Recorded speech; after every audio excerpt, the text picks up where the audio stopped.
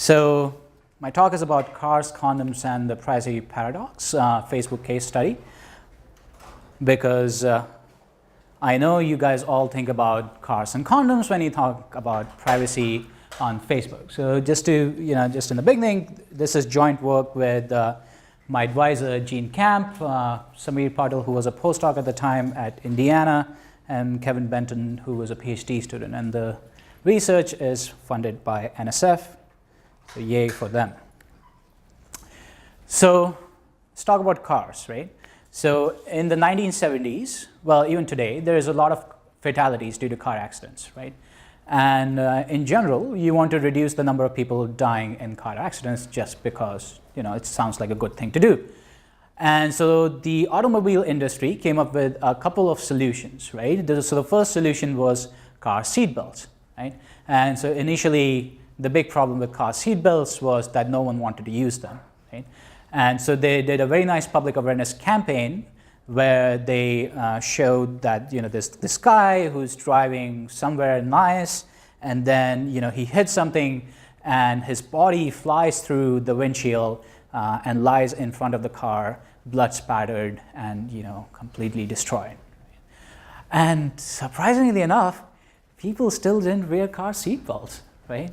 Anyone who smokes in this crowd probably knows this, right? I used to smoke for 8 years, and everywhere I'd go, people would tell me, smoking kills, and I'd be like, really? Tell me more. Right? So it's it didn't make a difference, right? So they changed the public awareness campaign. Now what they did was they showed this guy who's driving to someplace nice, and then he has his child who's sitting in the passenger seat beside him, right? And he hits something, and then the body of his child flies through the windshield, and he's lying there, he or she is lying there dead, right, and blood spattered. Now that had a huge psychological impact, because as little as we care about our own well-being, we really do care about the well-being of the people that we love, right? And so soon, if you have to ask, your loved ones to wear the seatbelts, your loved ones then ask you to wear seatbelts, right? I mean, think about it. Anyone who has fathers or mothers who smoke cigarettes would probably know that as much as they smoke like a chimney themselves, they probably hated it when you started smoking, right? I even mentioned that idea. So the idea is, how do we design risk communication which actually changes behavior and not just tells people, what is happening, like what are the risks that you're taking? So that's question number one. Question number two is, does merely getting the technology adopted, so people started wearing car seatbelts, did that actually reduce the number of people dying in car accidents? So the answer is actually not that trivial, because they found that people who do wear car seatbelts actually drive faster than people who don't, right? So even though the number, so it made a difference, but did it really make that much of a difference? So a similar story you could see also with anti-lock braking systems. So people who have ABS in their cars actually drive closer to other cars. So there's this really nice body of work by John Adams, Cars, Cholera, and Cows, which talks about how actually these technological solutions, even though they were technically perfect, did not reduce the risk that people were taking, because people compensated by taking more risk, right? So just providing a technical solution doesn't always work. You have to provide some kind of education, some kind of public awareness to go with it. And in fact, they found that the one thing that really had a strong impact on fatality rates was the drunken driving campaign. Not the drunken driving campaign, but the don't drink and drive campaign, right? So if you think about it, it's not a technical solution, right? It's more about creating community awareness, and that's the factor that changed the number of fatalities more. Something similar is also seen for condoms. So if you just go around giving people condoms in a country, it actually does not reduce the risk of HIV infection or in general of STDs, because what happens is people have more risky sex, and they have sex with multiple partners. And so they found that I think, if I remember correctly, Uganda, where they did not provide condoms, but they provide education on safe sex practices. It actually was more effective in bringing down the rate of HIV than in places where they only provided condoms and did not provide the complementary education. Of course, in an ideal world, you want to provide condoms and you want to provide safe sex education, right? So how is this related to privacy? So there's this really nice paper by Brandy Martin and CrySP and Lowenstein, which talks about that people who feel that their privacy controls are better, so people who feel that they have more control on the publication of their information, actually share information more. So if the whole idea behind privacy is that we don't have good, useful controls, the problem is even if we design those controls, there's a danger that people would compensate for it by simply sharing more information, right? And this has been seen, so Facebook has an inherent incentive to actually keep changing the privacy controls and in fact say that they're providing better privacy controls because this lulls people into this false sense of security where they feel that their information is being protected, and so they actually share more information with the network. Right? So the common theme across all these three scenarios is that all three of them are risks. Right? And the way typically, especially economists think about risk is they think of the probability of something bad happening times the magnitude of the consequences, the magnitude of the severity of the consequences, right? But that is sort of shaped the way we communicate risk to non-experts in computer security and privacy. We design browser warnings which describe in great technical detail as to what is happening. So you'll get a warning saying this SSL certificate is expired, and Greek, Chinese, Korean, blah blah blah. There's lots of technical jargon which is very difficult for users to understand. So there's this joke if computer scientists decided to design a warning for a cigarette pack, this is how they would design it, right? Smoking is a factor which contributes to lung cancer, blah, blah, blah, blah, right?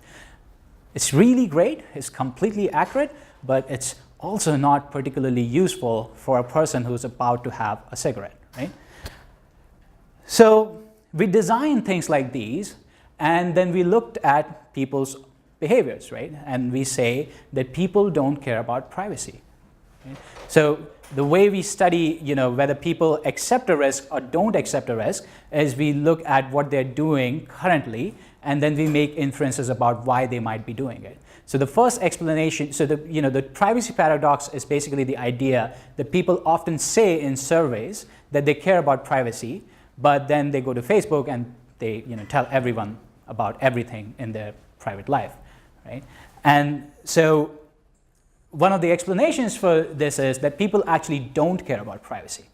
Richard Posner has this really nice paper, The Economics of Privacy, where he says that people rationally, from a rational economics point of view, people should not care about privacy because more information in the market means that the market is going to be more efficient, right? You're going to get better products at lower prices, so people should actually not care about privacy. In fact, the only people who care about privacy are people who are trying to hide something, people who are trying to do something wrong or illegal or unethical, and those are the only people who care about privacy, right? And so this is like the first, explanation for the privacy paradox. And when asked, why do people say they care about privacy, it's because, it's called a Wilder effect in polling. So people understand that privacy is a good thing and they should care about it. So when, a bunch of researchers show up with, some surveys, people say, oh yeah, I actually do care about privacy, but they actually don't. The other argument is that people do care about privacy, but when they're sharing the information, they don't know what can happen when they share the information, right? So there's this really nice infographic of, this used to be Facebook's default privacy settings when it started off. So by default, very few things were accessible to the public initially, and then as time went on, it became, Facebook started releasing more and more information by default, right? Now, unless you are a privacy researcher and you're, actually looking into what defaults Facebook allows, this kind of change to the architecture of Facebook is very invisible to a non-expert, right? So people do care about privacy, but things happen that are invisible, or things, the kind of privacy violations that are happening are too expensive or too intractable for people to actually observe. And so they don't know, and so they are not able to do anything about it, right? The third argument is usability, that people actually do care, and they do know that information sharing is bad, but unfortunately privacy controls are so unusable, sort of like this gun, that people simply cannot implement their privacy preferences, right? So this is a criticism that is often made in the media for Facebook privacy controls, that Facebook keeps on changing the privacy controls, so it's hard for people to get acclimatized to a particular kind of control, because they implement something today and the privacy control changes the next day, and they have to go and implement all their preferences again, right? So these three key explanations are grounded in the idea that users behave rationally, right? Now, this is of course not true, right? We don't behave rationally. Our decision making is not the decision making of a classical rational economist, and there's an evolutionary imperative for not being that algorithmic, right? Because if you think about it, if thousands and thousands of years ago, actually I don't know how many thousands, but if you go to a jungle and there's a tiger about to attack you, and you have an algorithm to compute how fast the tiger is coming at you, how far away it is, by the time that algorithm reaches the correct answer, the tiger will probably have eaten you, right? So instead of having algorithms, what do we have? We have heuristics, right? So heuristics are what we use for decision making in real life, and heuristics are really nice. They're very quick, but because they are quick, they also approximate answers, and which means they are subject to systematic biases. So one of these biases in the cases of privacy was demonstrated by Grosslux and CrySP, where they show, and I'm kind of simplifying what their findings were, but they showed that for the same piece of information, say my birthday, people wanted $40 to sell their date of birth. But if the date of birth was already out there, they were only willing to spend $10 to protect that information, right? So there's a dissonance there, right? It's the same piece of information. The question, in the one case, you're getting something from it. In the second case, you actually have to spend something to protect that information, right? So from a rational economics perspective, they should be paying the same amount in both the cases. But from a behavioral economics perspective, we see that there's a dissonance. And so the question is, should we only look at people's observed behavior, right? Because that's the rational economics argument.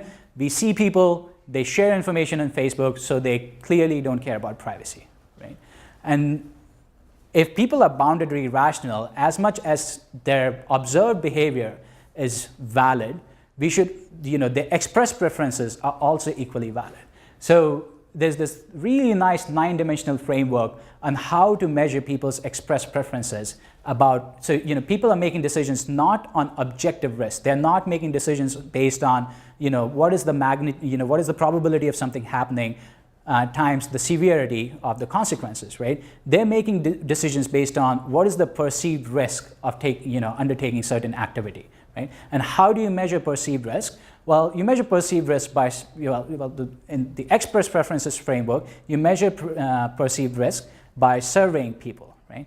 Now, if you survey people, well, what do you survey people about?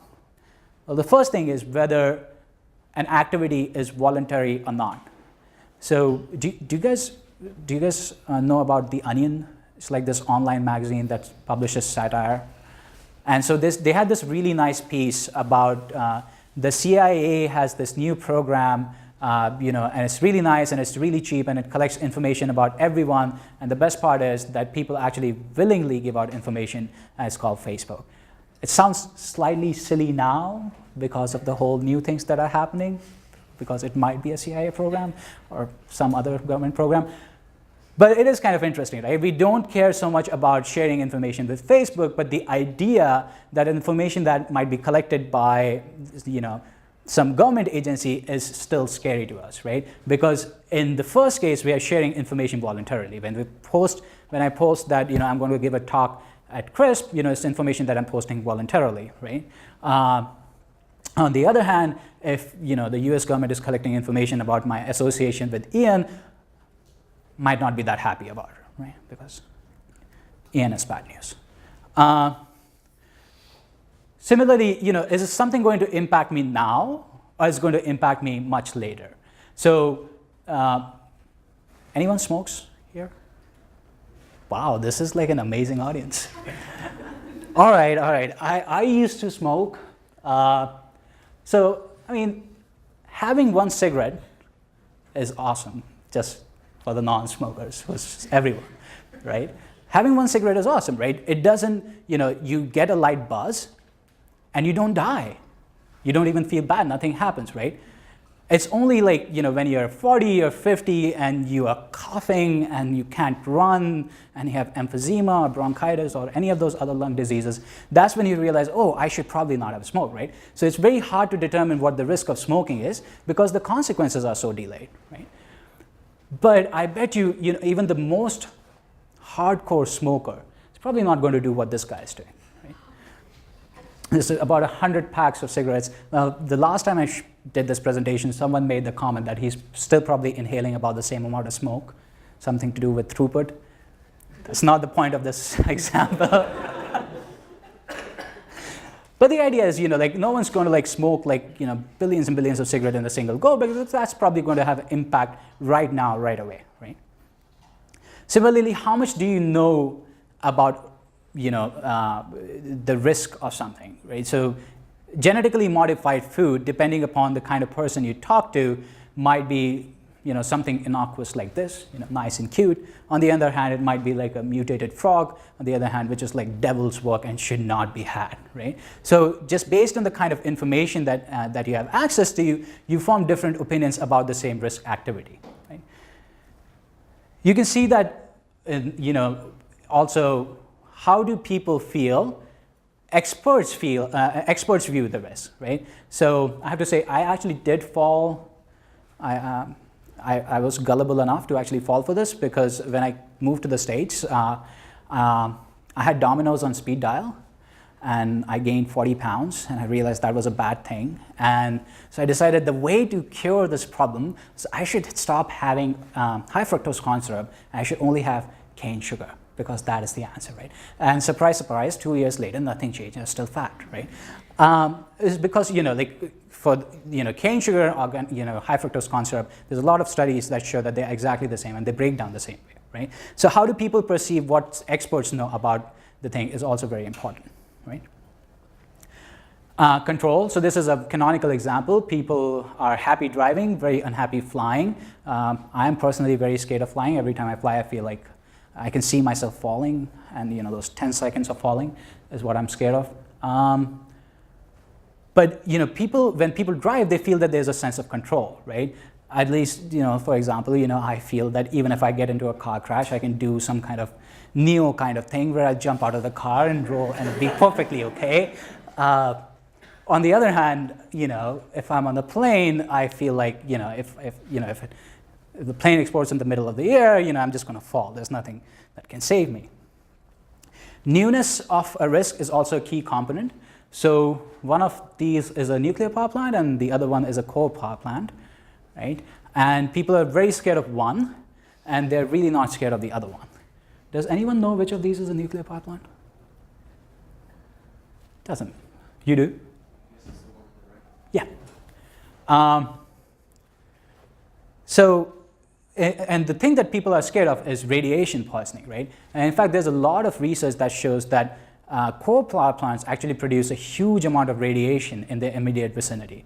Some people say that even more than nuclear power plants, right? But coal plants have been around for ages and ages and ages, and nuclear power plants seem to be something that are new, and they are more easy to remember. How often how rare is the risk, right? So if you think about the risk of crossing the road, it's probably quite high, but do you think about it?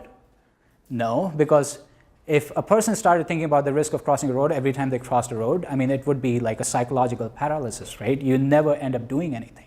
So these are things that you don't think about. On the other hand, you do think about risks that don't happen with that much frequency, right? So I usually ask people, does anyone remember where they were when 9/11 happened?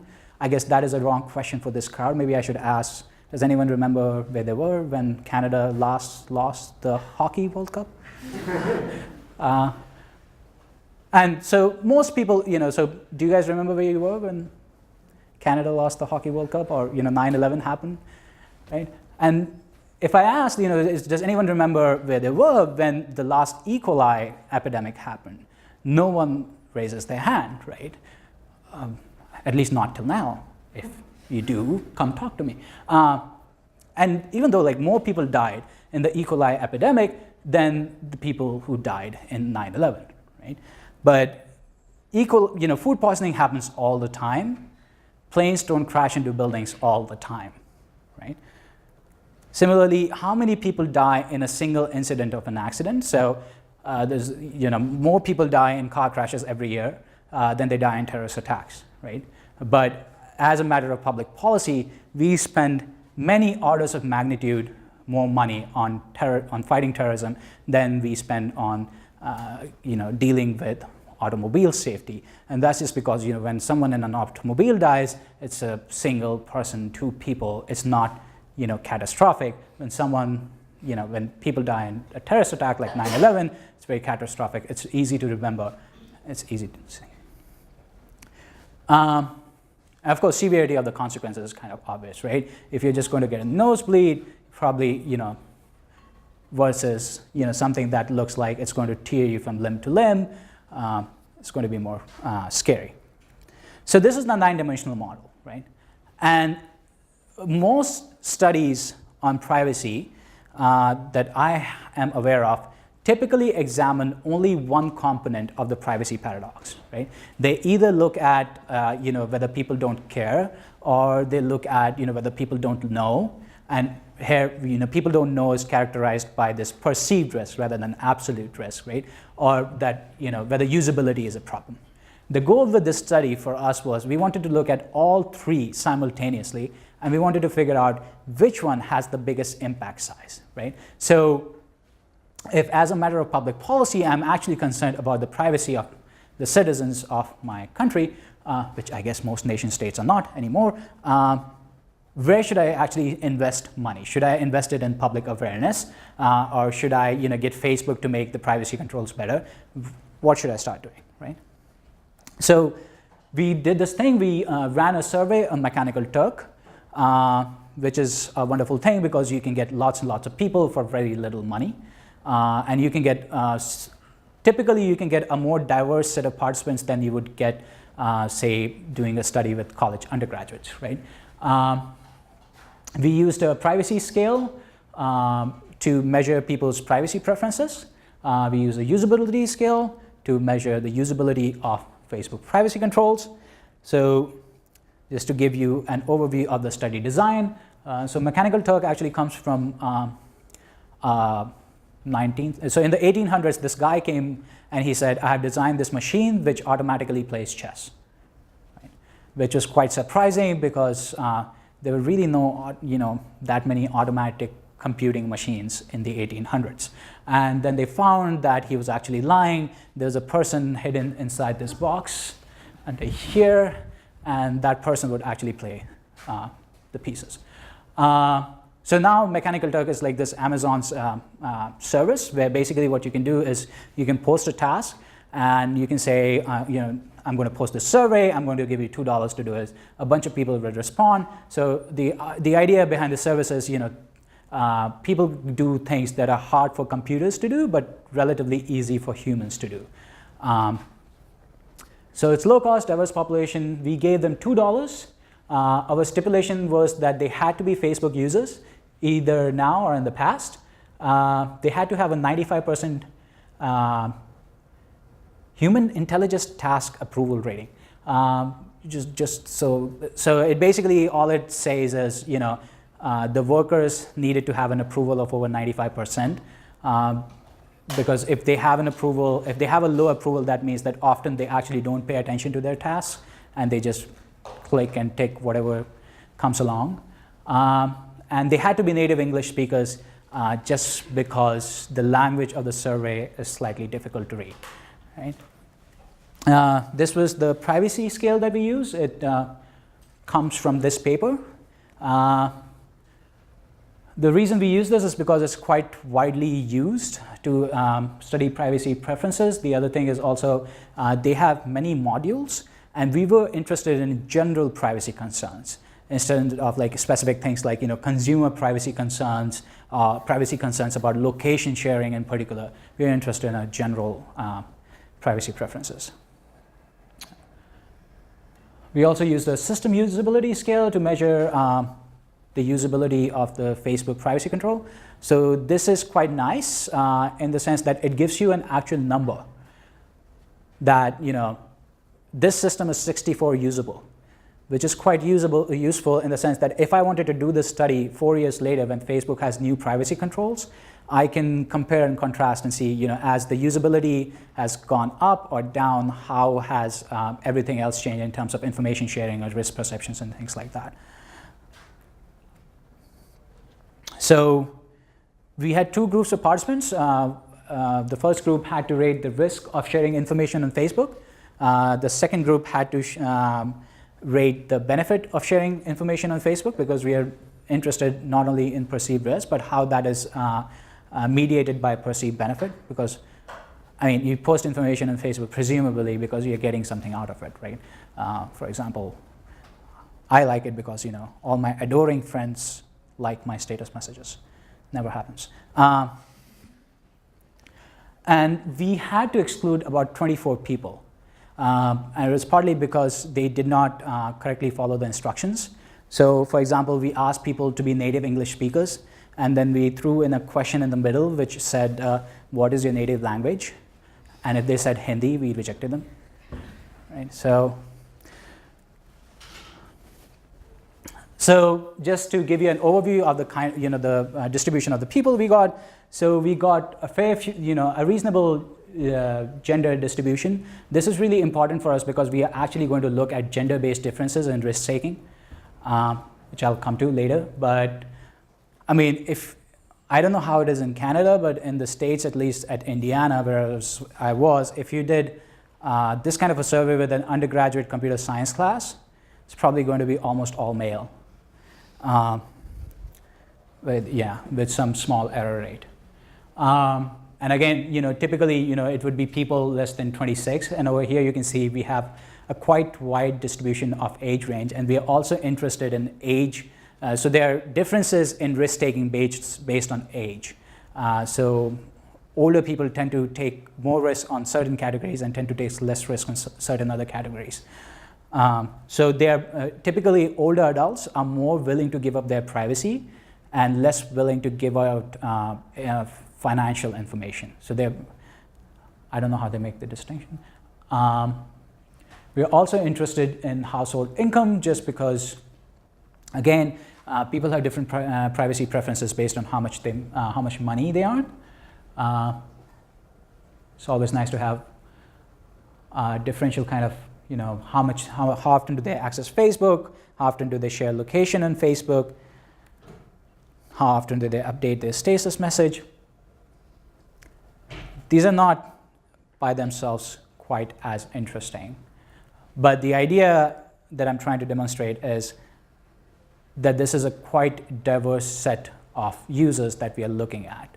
And it's important to have a diverse set of users to be able to make any kind of conclusion about the relative values of, the people don't care, people don't know, or whether usability is a big problem. Oh, we also asked people, how many times do people change their privacy settings? And we surprisingly found, this was very surprising to me, like how many people thought that, people change. Do you guys change? Well, you guys are probably not the right people to ask. You probably do change your privacy settings all the time. But it's really surprising to find that these people who are most likely not computer scientists and definitely not privacy researchers are so, they change their Facebook privacy settings so frequently. In fact, there's a person who actually changes it once a day. So we asked people to rank the risk of sharing information, and the instruction here was that the lowest you can rank a risk is 10. And if you rank a risk as 20, it's going to be twice as risky as the item that was ranked 10. The reason why we decided to do this is because the survey that we're using was the 9-dimensional model that we're using was originally used to study risk perceptions of environmental risks and health risks, so like nuclear energy and smoking and driving and all those kinds of things. And that was the standard that they followed. And we decided to keep the same standards so that we can actually compare and contrast our values with what they found for risk in the physical world, where there's actually a component of physical threat.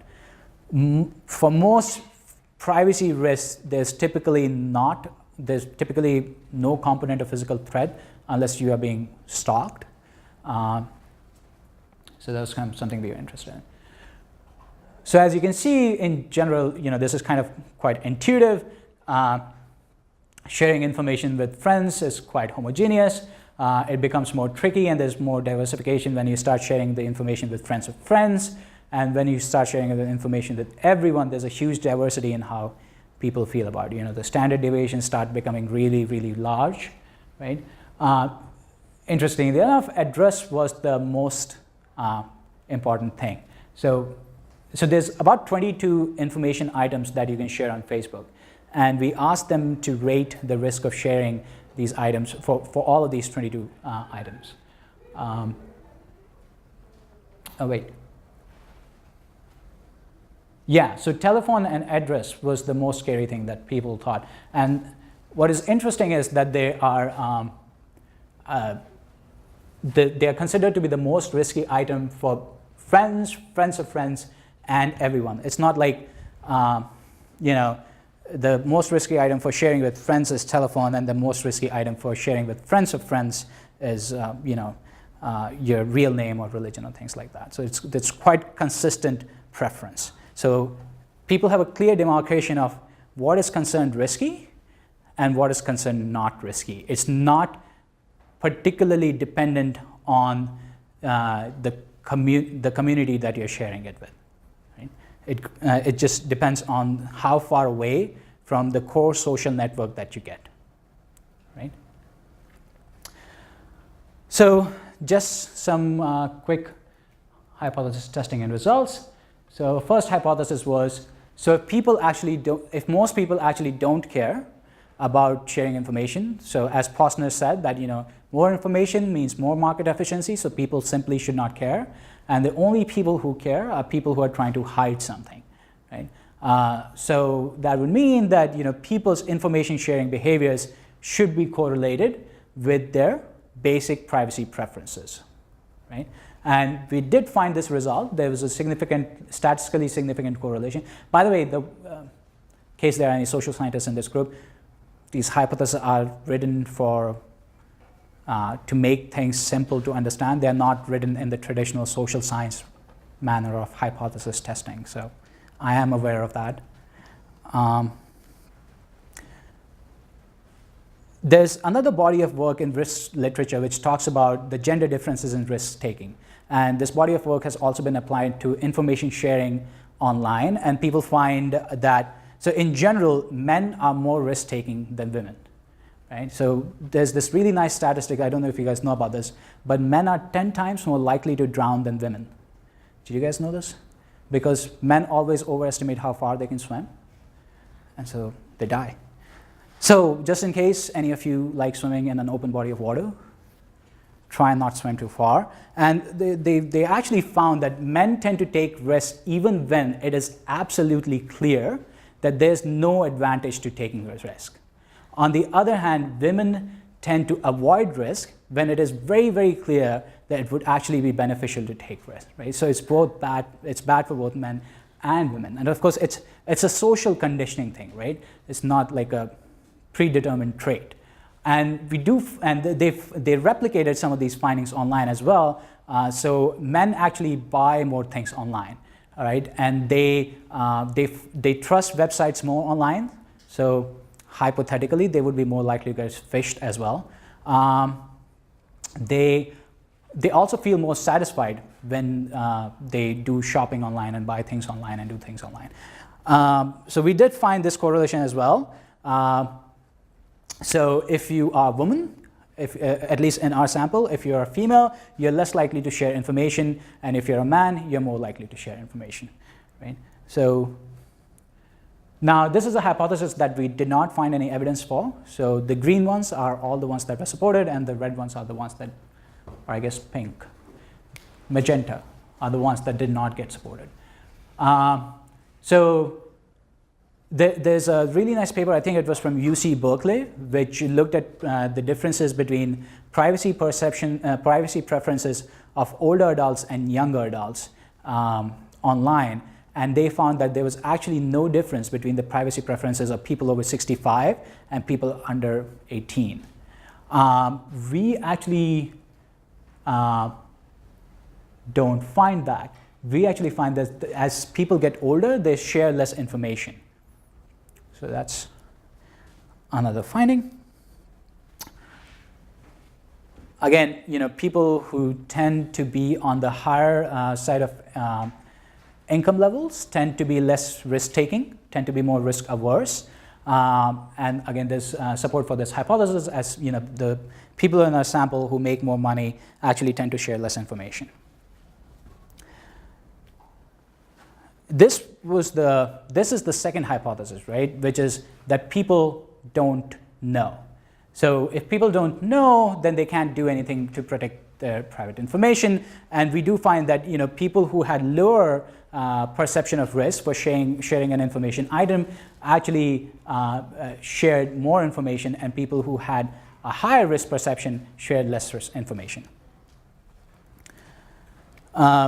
Similarly, so when I say, when people had higher perceptions of risk, so we talked about the 9-dimensional model, right? And those 9-dimensional models, the 9 dimensions kind of determine what your risk perception is going to be. So what we were interested in, well, that's great. So your information sharing behavior is correlated with your perceived risk of information sharing, but which of those underlying 9 dimensions are key in determining that perception, right? So we found that individuals share more information when information sharing is voluntary, right?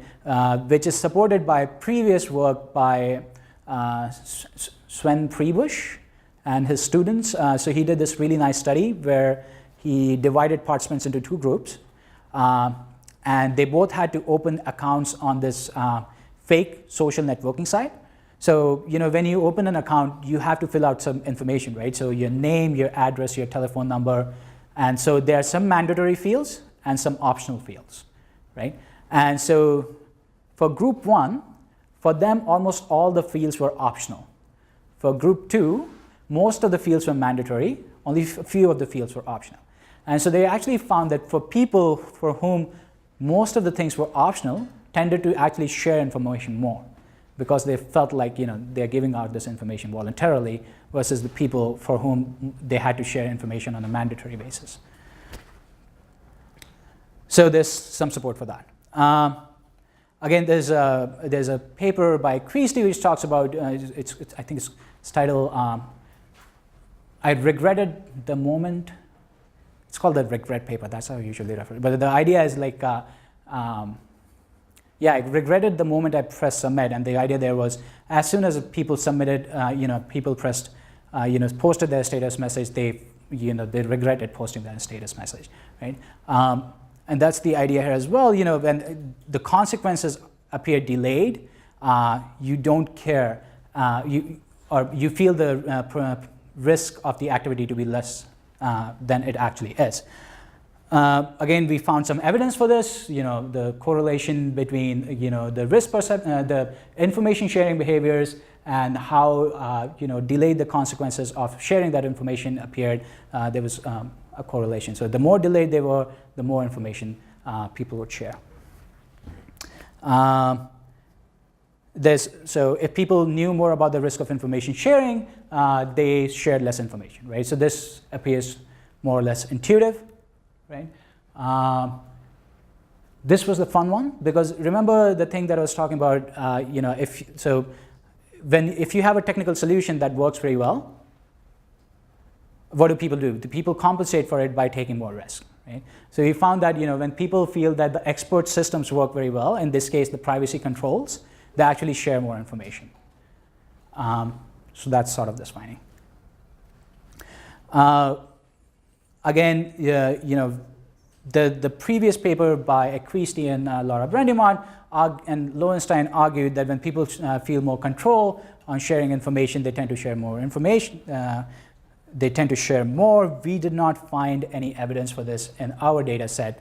And that sort of, so the explanation for that could be that in their experiment, they were looking at control, but control might have some underlying confounding factors that they did not capture in their study. Individuals share more information, but implications of sharing are old and well known. So this is the common dread dimension, and this was, again, like not supported by our data.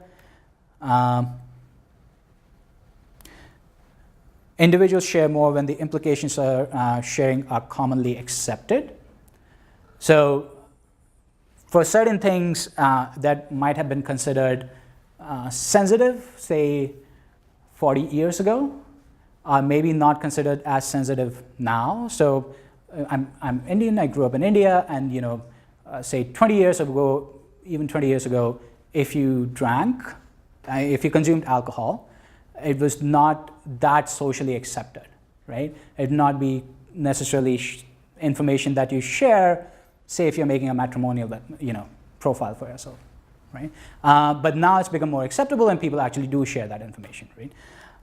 So we found that there's definitely evidence for it. So if information is considered acceptable, people are more willing to share it. And there's a whole body of work which talks about deviance from the norm.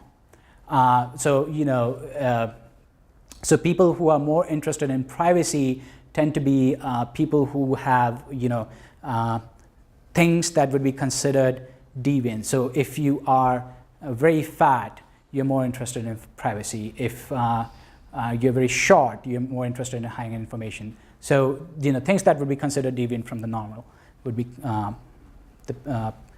typically tend to be the people. So things that are considered commonly acceptable, people are more willing to share.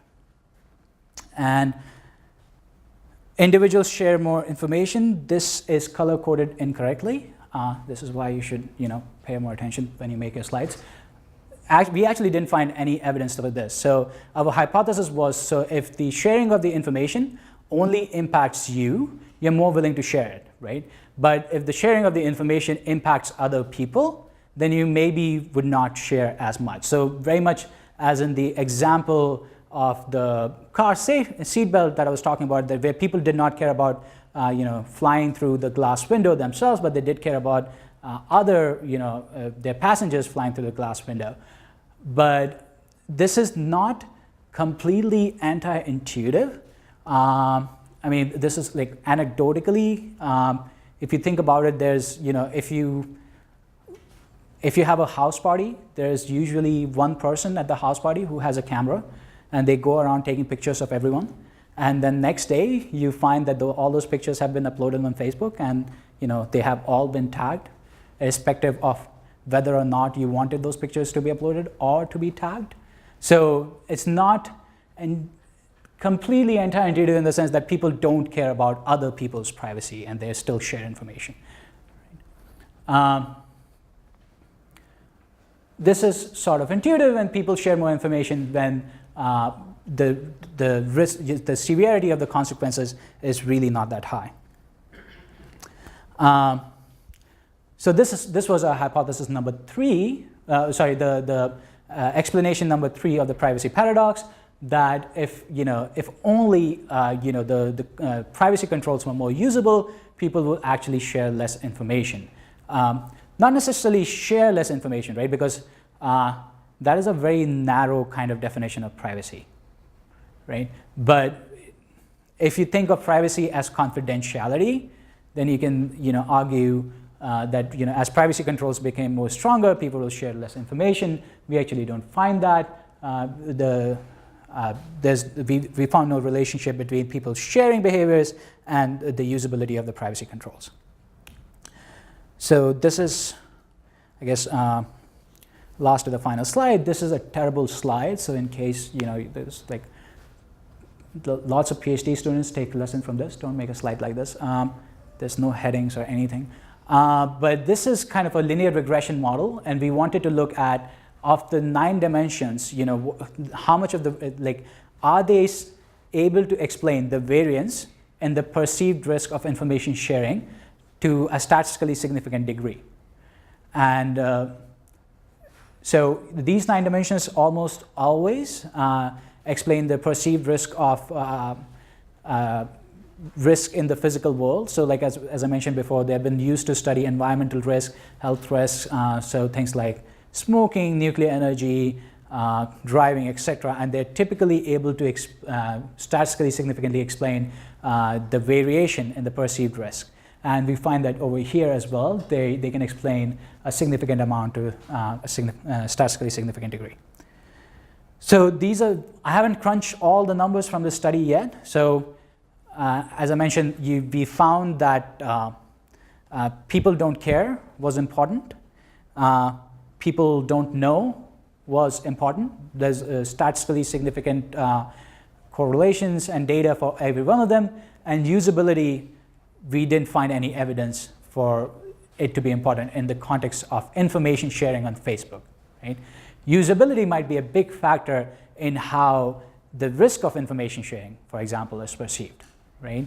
But it's definitely, at least in this study, it's not a factor in how much information is shared by people.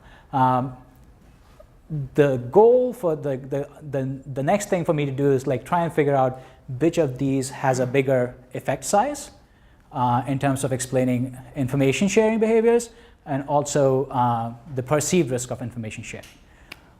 So I guess I finished a little early. If you guys have questions. So the question was the R values were really small. So these are really small effects, even though when they're real effects. So yeah, they are. They're quite small effects, but it's not. So whether or not an R value should be considered small is really domain dependent. And in social sciences, typically these R values are considered quite appropriate. If you got similar values in physics, they would be considered crap. That's the scientific term. And it's got to do with, in physics you measure the effect directly, right? So you can measure it more correctly. In social sciences, you're using this whole proxy variables to see what the effect might be. So you typically get small R values. The question is whether they come out to be statistically significant or not, which they did in some cases. No, this was rejected. Again, this is color-coded incorrectly. Okay. So you're right in getting. No, this was rejected because the R value is statistically significant. You're right. I just color-coded it wrong. So we did not see that the information sharing behaviors of older adults and younger adults were the same. We actually, older adults tended to share less information and younger adults tended to share more information. No. So the closer the zero, so in null hypothesis testing, the closer, because p-value is the probability that you're committing a type 1 error. Right, so the probability is 0, that means the hypothesis is... That means that the correlation is right. So the correlation is between age and amount of information shared. So the question is whether I do take into account the occupation of the participants, and the answer is no. Do you think you should, or do you think it should matter? Oh, it probably does, yeah. But I'm trying to figure out a better way of saying it's hard. It's hard to do it in a survey because, it's hard to do it in a quantitative manner. You can do it in a qualitative manner, but in a quantitative manner, if I wanted to say run a kind of correlation or regression, then so different occupation types, say doctor, lawyer, blah, blah, blah, I could either assign an arbitrary partial ordering to that, which would rightly be scoffed at. So it's, but there is a lot of research on that. Yes, you can. We didn't. Oh, sorry. So the question was, what about education levels? That I could have looked at education and whether education had an impact. And yes, I could have, and I didn't. And that is definitely one limitation of the study, that I cannot now, decouple the effect of, because education is often, as you pointed out, correlated with income. So I don't know whether these effects that I'm seeing are because of people being more educated or because they have higher incomes.